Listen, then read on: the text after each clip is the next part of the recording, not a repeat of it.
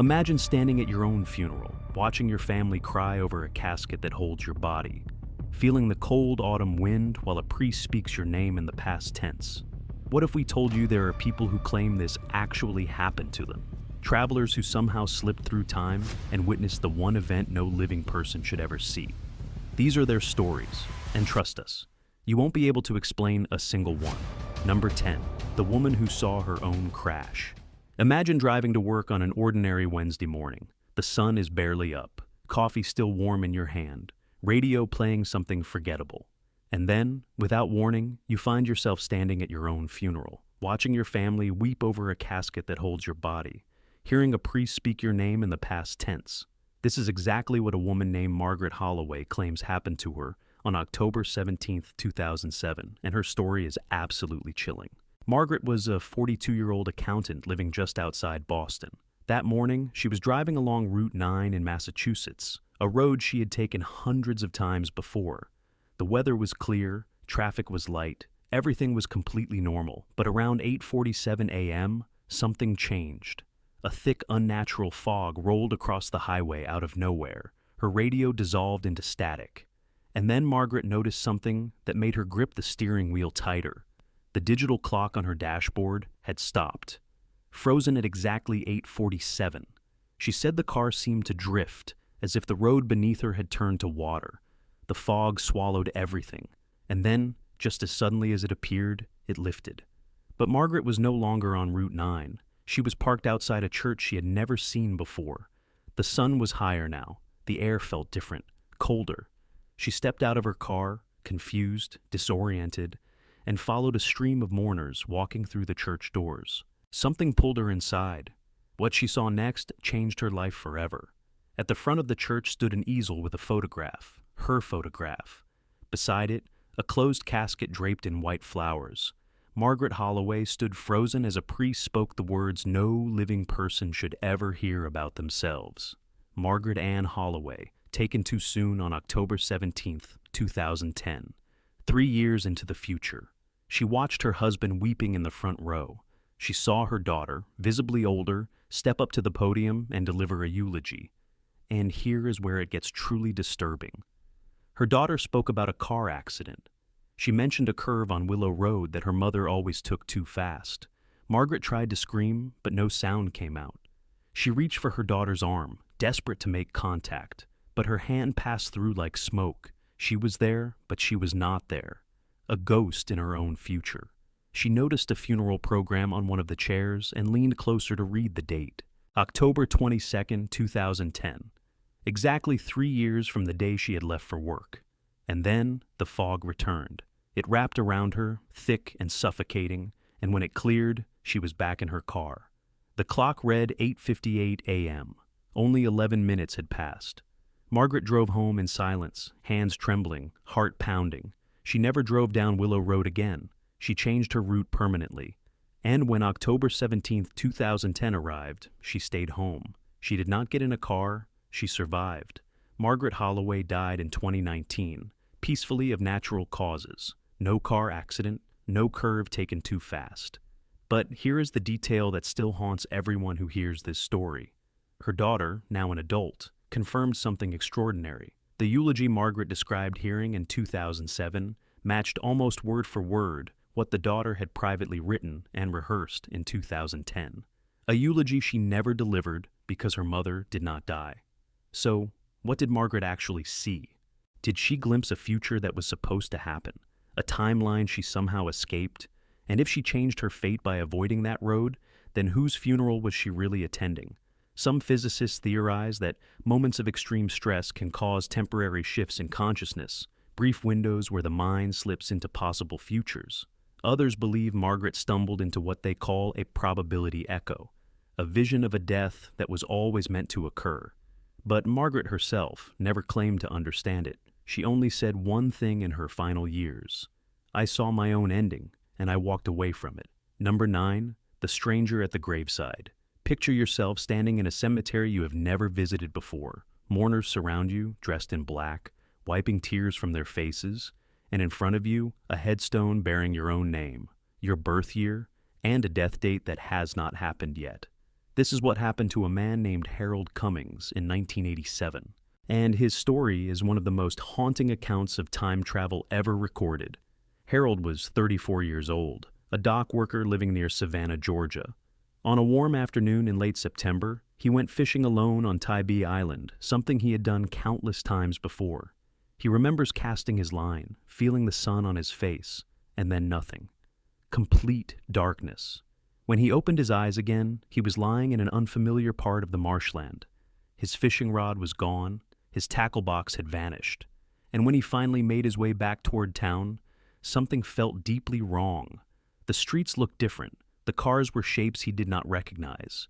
People walked past him in clothing that seemed foreign, futuristic. Harold wandered in confusion until he saw something that stopped him cold, a funeral procession moving slowly toward Bonaventure Cemetery. He did not know why, but something compelled him to follow. Some invisible force pulled him toward the gravesite like a magnet. When he arrived, Harold saw mourners gathered around a freshly dug grave, and among them, he saw a woman with gray hair and a face weathered by time. It took him a moment to realize who she was, Clara, his wife, but she looked decades older, frail, supported by two men who Harold recognized with growing horror, his sons. Except they were no longer boys. They were men in their 40s, with lined faces and graying temples. Harold pushed through the crowd and looked at the headstone. The words carved into the granite made his legs buckle. Harold James Cummings, 1953 to 2024.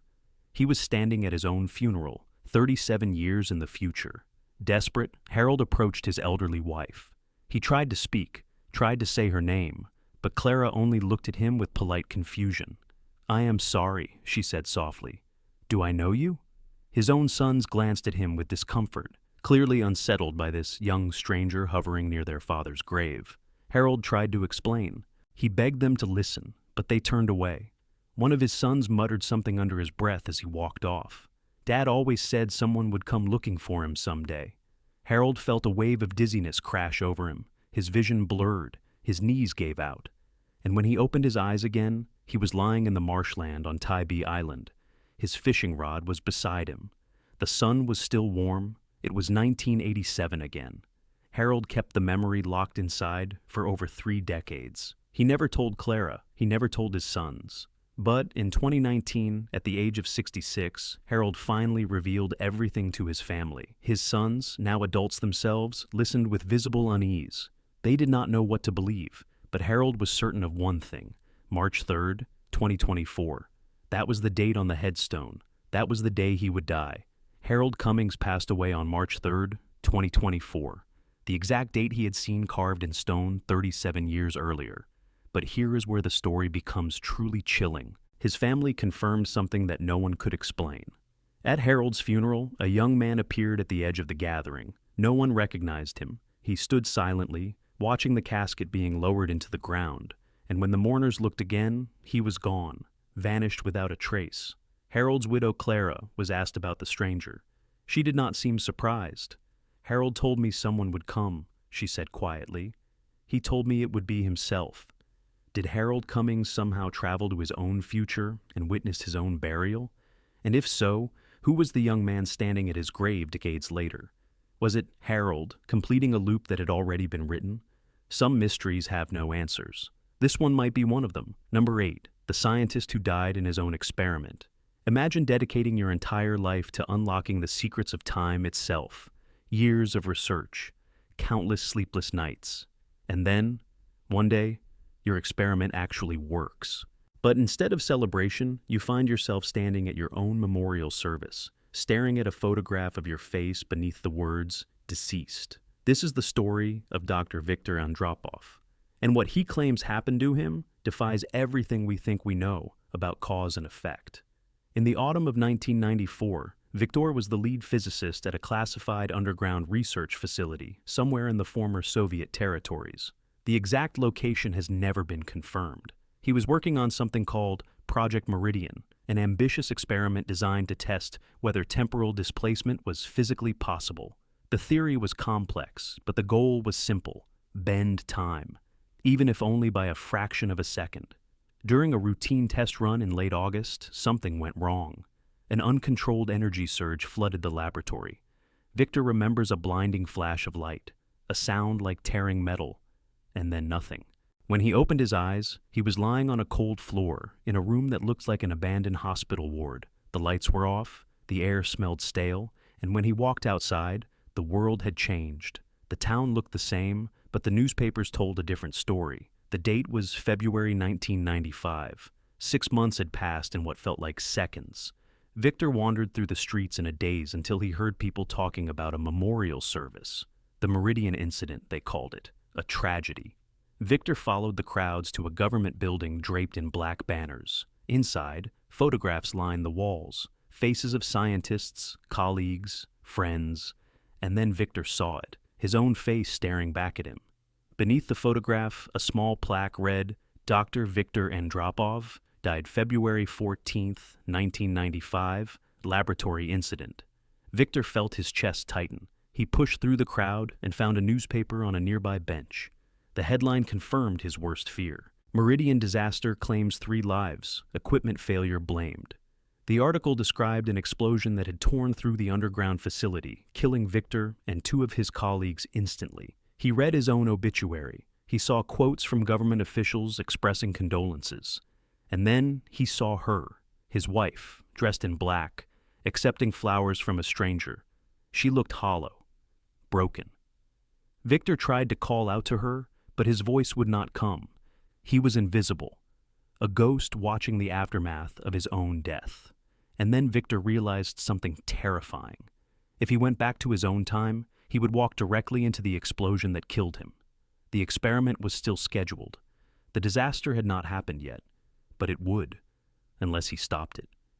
Victor felt the familiar dizziness return. The air around him shimmered. And when he opened his eyes, he was back in 1994, back in the laboratory. The equipment was intact.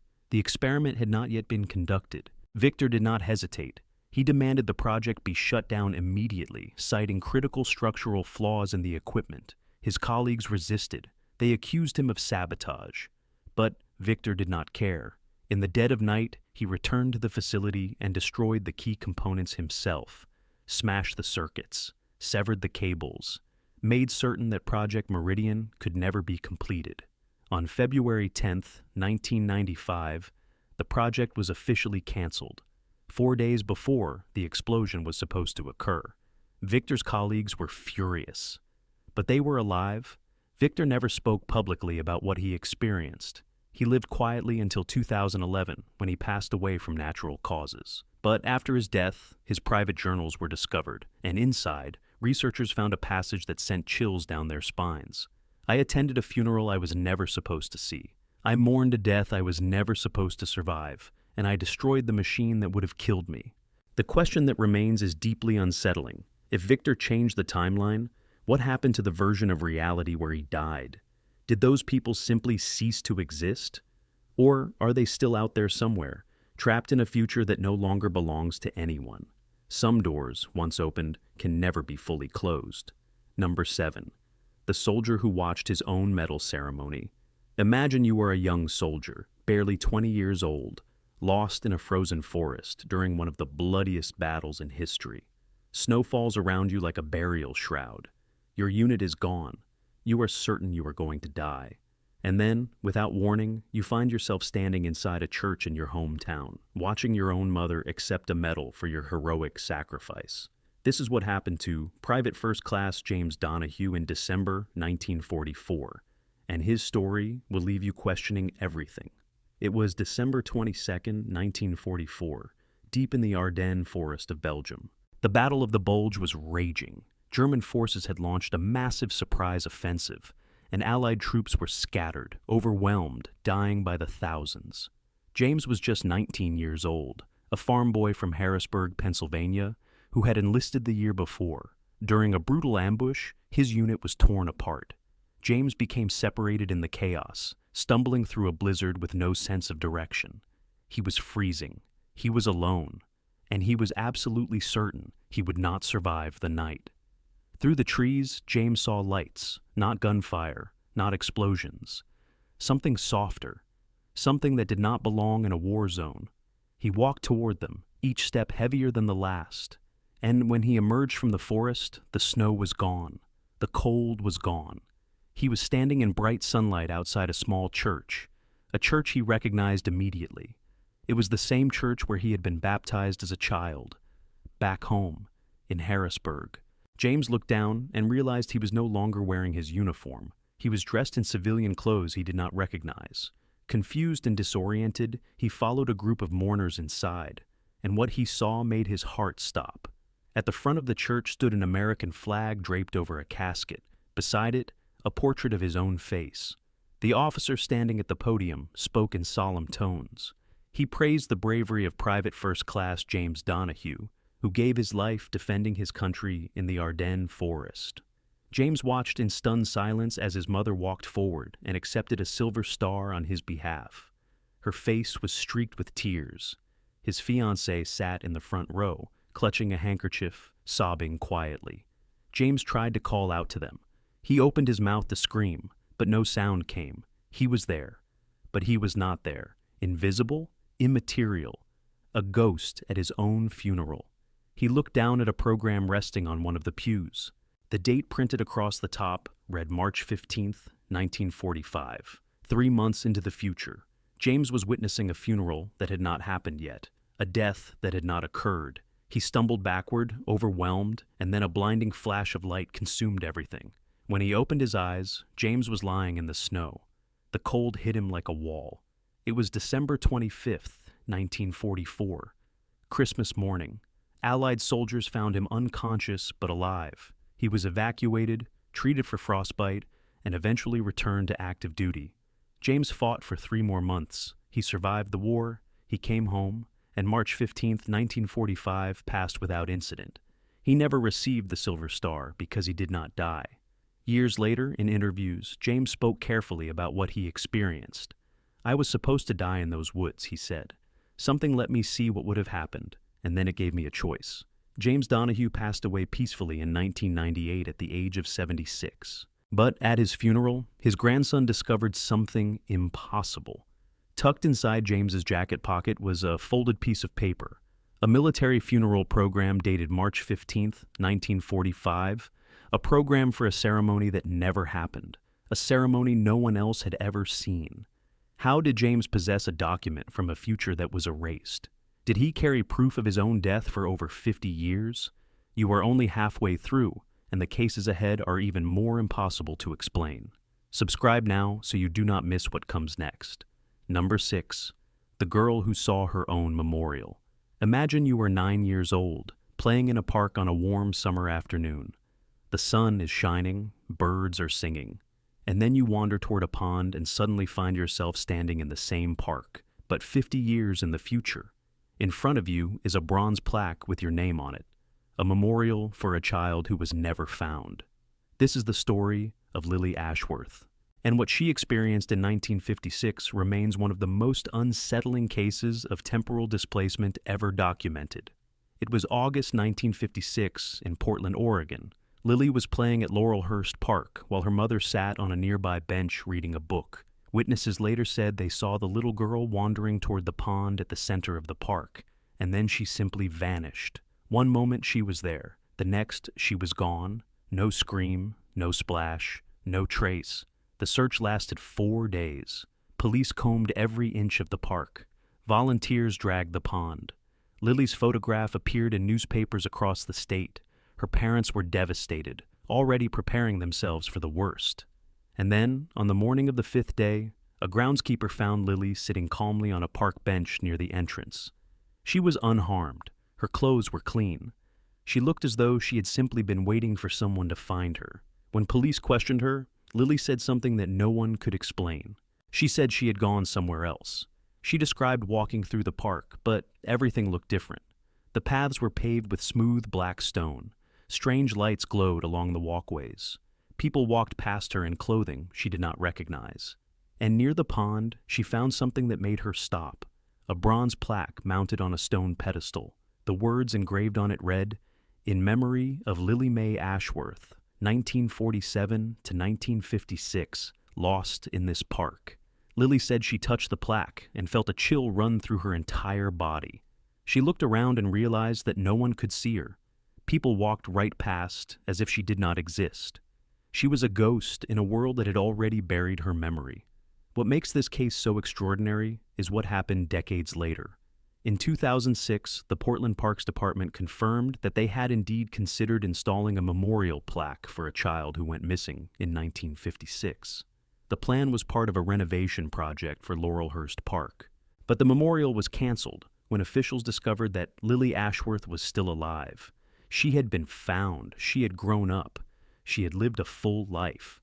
But Lily herself remembered details that should have been impossible for a 9-year-old in 1956 to know.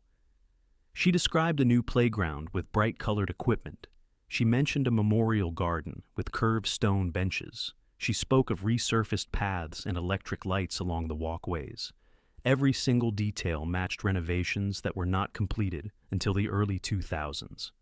In her later years, Lily returned to Laurelhurst Park and pointed to the exact location where she had seen the plaque. She said, coming back to 1956 felt like walking through the bronze itself. She put her hand against the cold metal, and everything dissolved around her. The next thing she remembered was sitting on the bench, waiting to be found. Lily Ashworth passed away in 2019, having lived a long and peaceful life. But the Parks Department revealed one final detail that no one has ever been able to explain. In 2005, surveyors measuring that section of the park detected an anomalous magnetic reading at the exact coordinates Lily had described. The instruments registered energy fluctuations that did not match any known source. The readings were documented, filed away, and never explained. Did Lily Ashworth somehow travel 50 years into a future where she had never been found? Did she see a version of reality that was supposed to happen, but did not? And if so, what brought her back? Some believe certain places hold memory, that the earth itself can remember what almost was. Lily believed something simpler. She believed she was shown a death she was never meant to have. Number 5, the man who chose not to come back. Imagine traveling 12 years into the future. You see your own grave. You watch your wife weep beside it every single day. You see your teenage son struggling, lost, broken by grief, and instead of returning immediately to the present, you decide to stay. You watch from the shadows for nearly 2 weeks, invisible to the people you love most. This is the story of Raymond Bishop, and his confession will haunt you. It was June 2008, and Raymond was a 45-year-old architect living in Cleveland, Ohio. He was driving home from a client meeting when a violent summer storm rolled in without warning. Rain hammered his windshield, lightning split the sky, and then a bolt struck his car directly. Raymond remembers a flash of blinding white light, a surge of electricity through his entire body, and then nothing. When he opened his eyes, he was lying in his own bed. But something was wrong. The furniture was rearranged. Photographs on the walls showed moments he did not recognize. His wife's reading glasses sat on the nightstand, but they were a different style than the ones she owned. Raymond walked through his house like a stranger, touching objects that felt familiar and foreign at the same time. He stepped outside and found his neighborhood subtly altered. The same houses, but aged. Trees taller than he remembered. A neighbor's car replaced by a model he had never seen. And then he found a newspaper on the front porch. The date printed across the top made his stomach drop. April 2020. 12 years in the future. Raymond spent the next several hours piecing together what had happened. He learned that in this timeline, he had died of a heart attack in March 2020. He found his own obituary in an old newspaper at the local library. He read tributes from colleagues he barely knew. And then he did something that most people would never have the courage to do.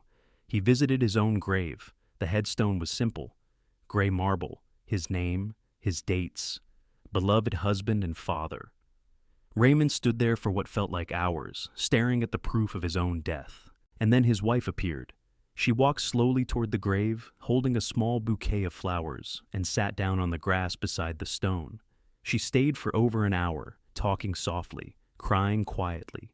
Raymond watched from behind a tree, close enough to hear her voice but invisible to her eyes. He could not leave. Every day for nearly 2 weeks, Raymond followed his family from a distance. He watched his wife visit the grave. He watched his teenage son come home from school, shoulders slumped, eyes hollow. He saw signs of depression, of grief that had not healed. and Raymond faced a decision that no person should ever have to make.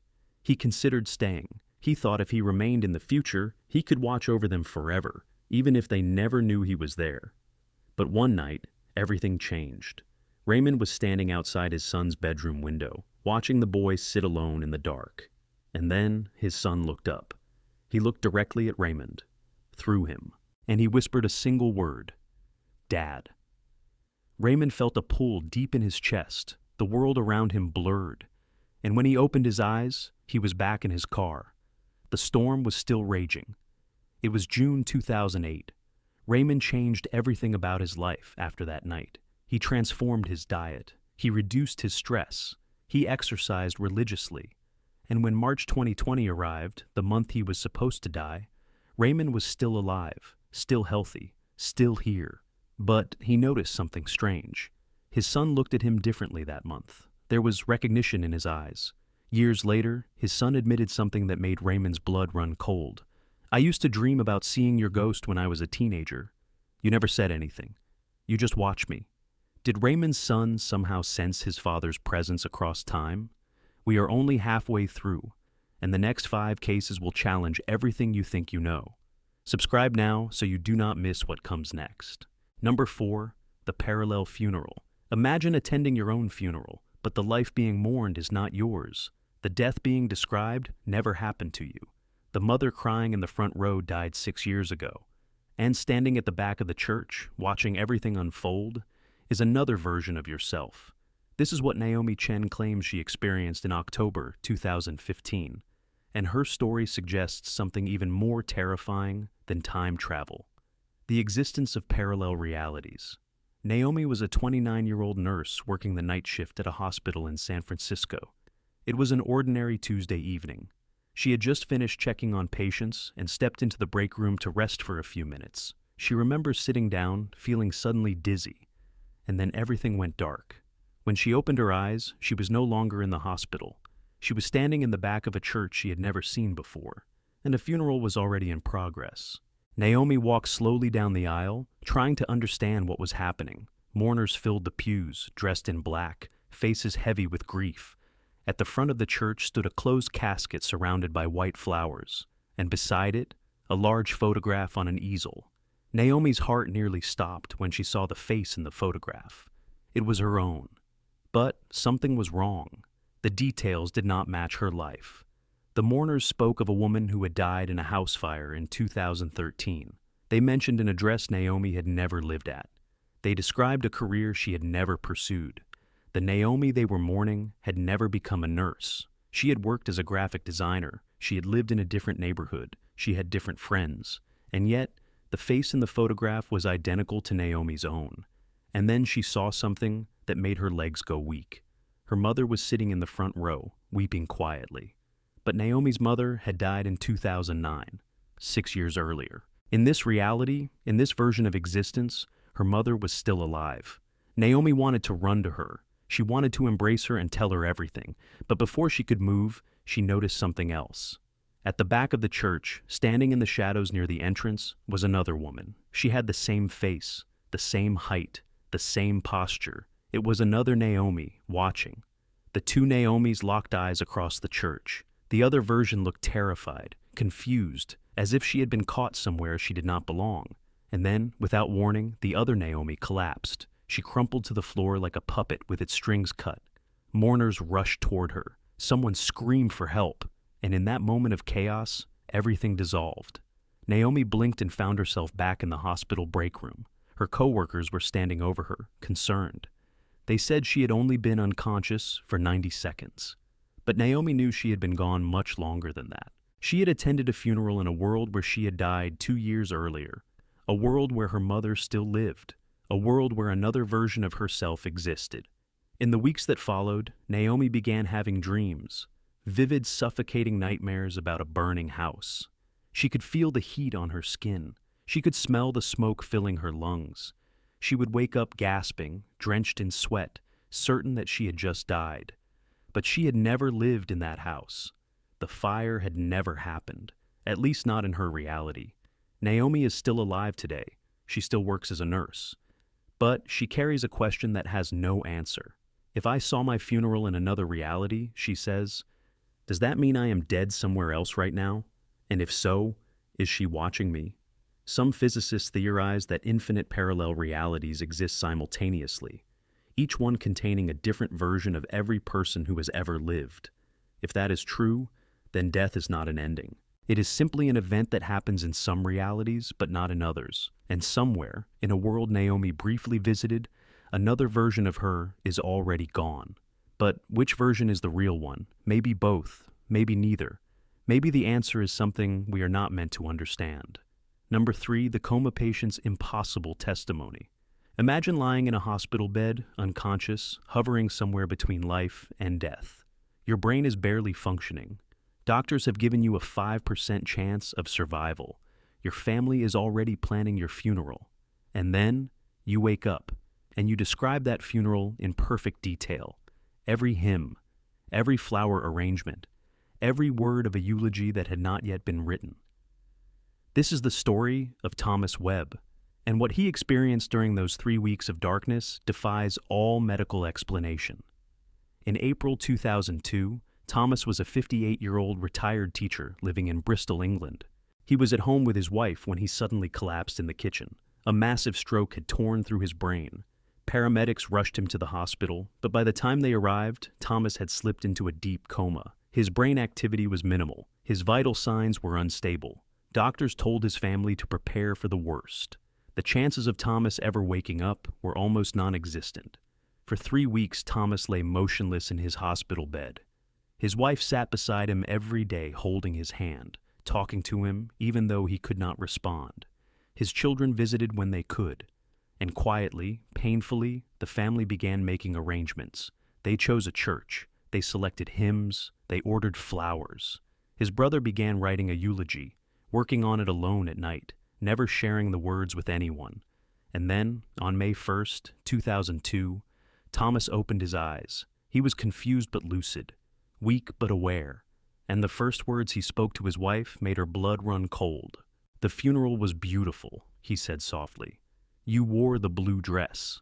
His wife stared at him in shock. She had indeed chosen a blue dress for the funeral, but she had never told anyone. She had not even taken it out of the closet yet. It was simply a decision she had made in her own mind. Thomas continued. He described the church in perfect detail. He named the hymns that had been selected. He described the flower arrangements, white lilies and pale roses, exactly as his daughter had ordered them.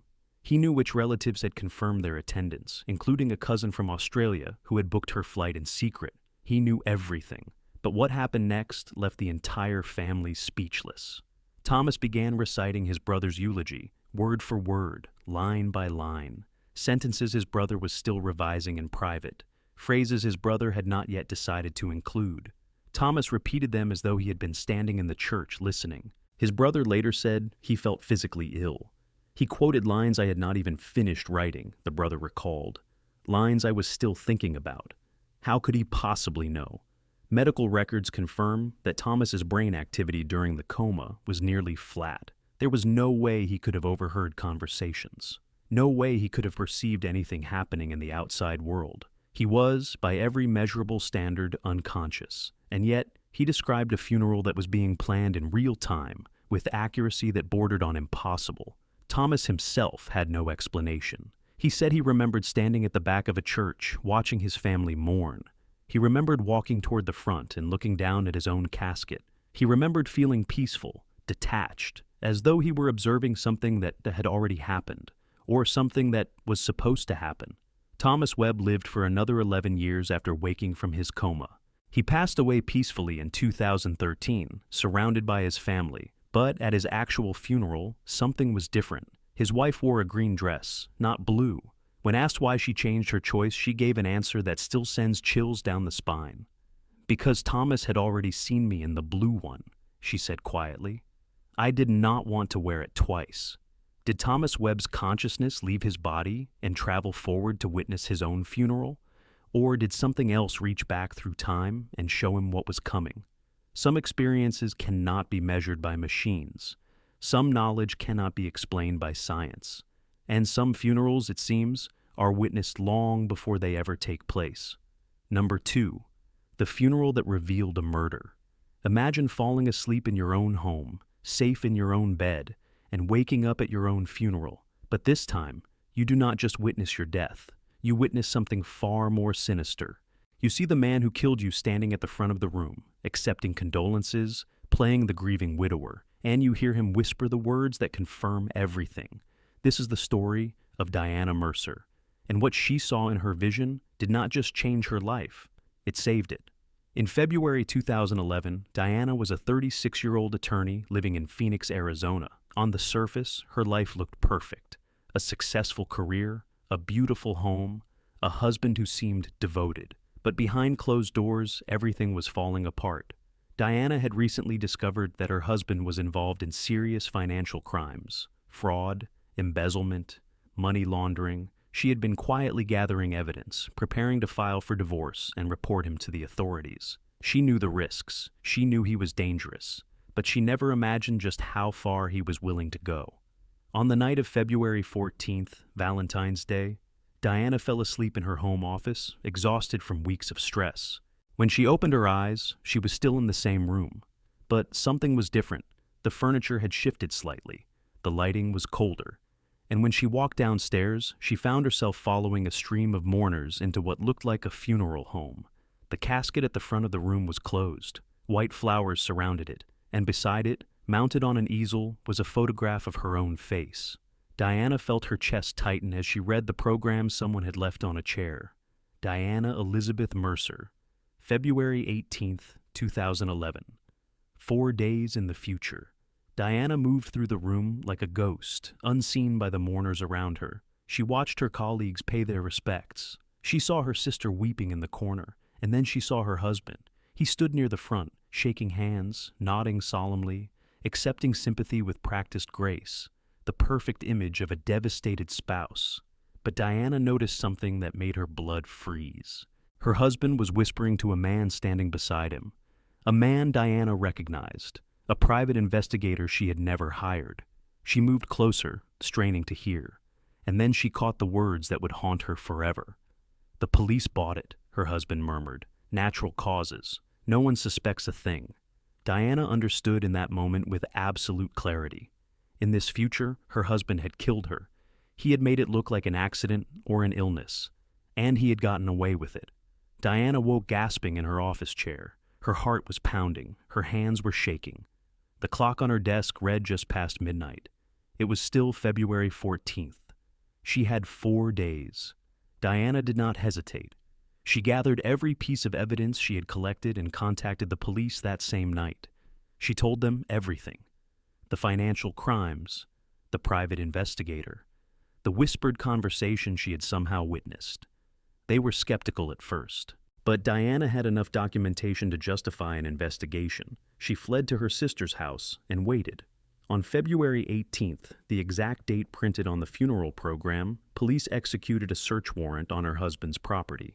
What they found confirmed Diana's worst fears. Hidden in his home office were receipts for untraceable compounds, toxicology research printed from the internet, and a draft text message to the private investigator discussing the disposal of evidence after Diana's death. Her husband was arrested before he could act. The murder that was supposed to happen never did. Diana is alive today. She is remarried. She lives under a different name in a different state. But she has never forgotten what she experienced that night. She does not know how she saw what she saw. She does not understand the mechanism that allowed her to witness a future that never came to pass.